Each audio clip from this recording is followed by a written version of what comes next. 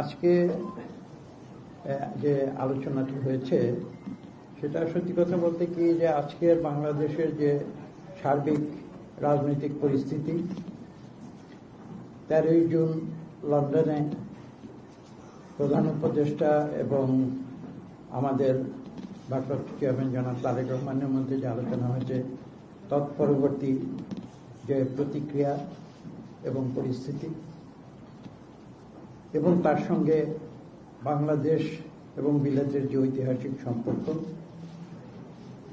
এবং পাশাপাশি বাংলাদেশ এবং বিলেতের মধ্যে যে ভবিষ্যৎ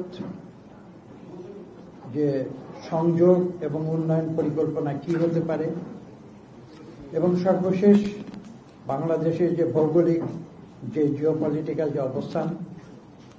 এখন যে কোনো ব্র্যান্ডের পুরাতন এসি বদলে নতুন ওয়ালটন এসিতে উপভোগ করুন 25% ছাড়। প্রসঙ্গে বাংলাদেশ এবং তার পার্শ্ববর্তী দেশসমূহের সঙ্গে আমাদের যে সম্পর্ক সেই সব কিছু নিয়ে বিস্তৃত দীর্ঘ আলোচনা হয়েছে।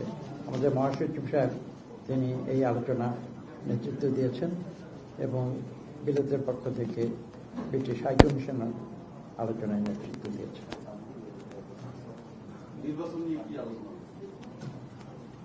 নির্বাচন নিয়ে তো আপনারা জানেন যে কথা এখন একটাই, সেটা হচ্ছে যে বাংলাদেশের মানুষের যে ইচ্ছার প্রতিফলন, বাংলাদেশের নতুন প্রজন্ম যারা দীর্ঘ 17 বছর যারা তাদের ভোট দিতে পারেনি এবং চিন্তা করে দেখুন 2008 সালে যারা 17 বছর বয়সের ছিল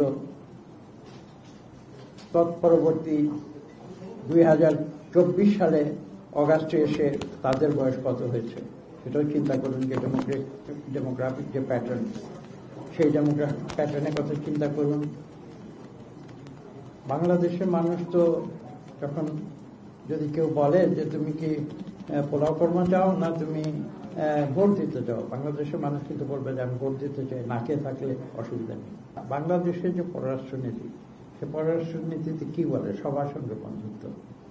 তো কাজে আমরা তো সবার সঙ্গে বন্ধুত্বের সম্পর্ক রেখে কাজ করি, কারোর সঙ্গে শত্রুতায় আমরা বিশ্বাস করি না।